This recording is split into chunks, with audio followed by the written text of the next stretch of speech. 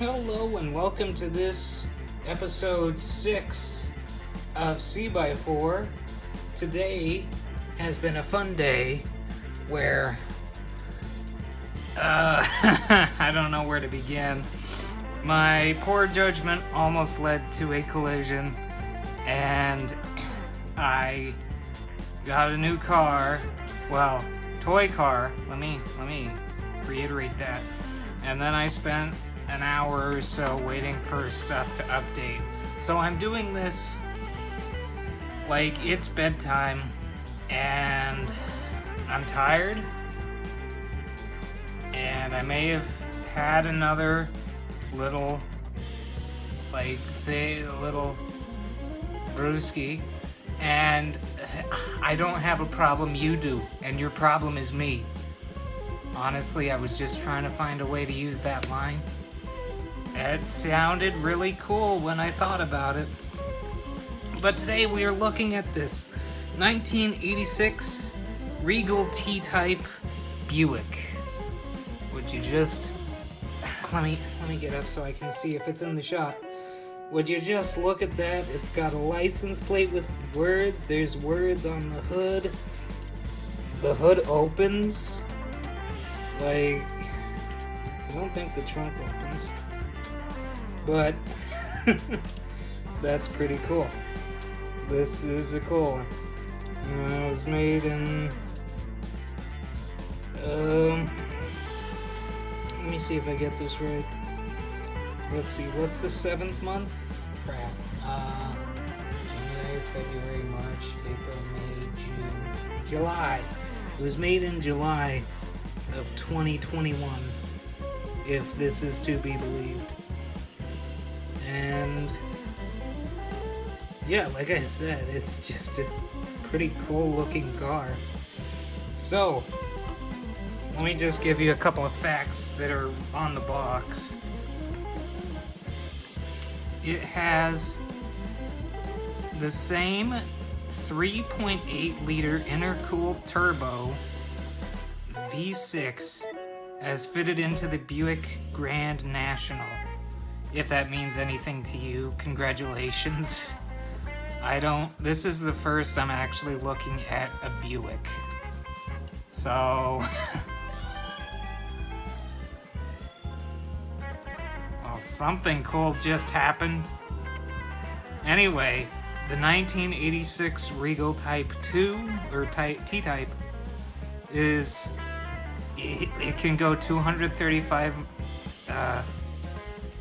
HP. I would expect MHP. Produces 235 HP. What is HP? I understand MPH. Horsepower. There it is.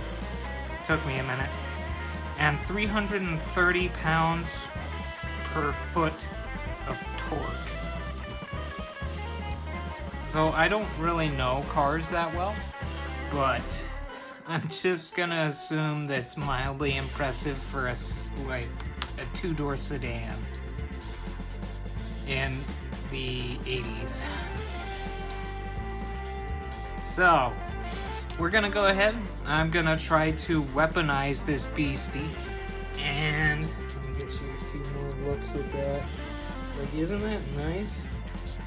Yeah, it's nice. Looks like something a family member of mine owns. Maybe. Anyway, yeah, gonna go ahead and pick some music. Alexa, play Daughtry.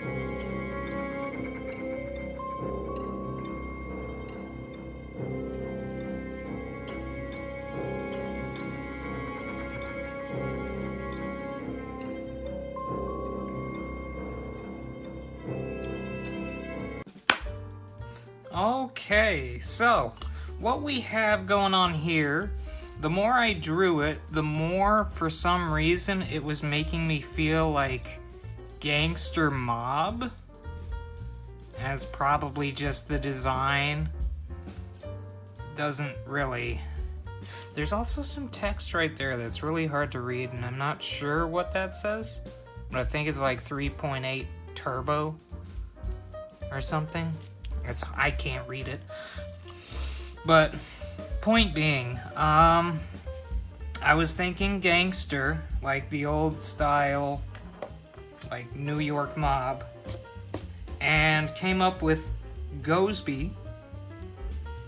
And he's just standing there with his machine gun, smoking a cigar.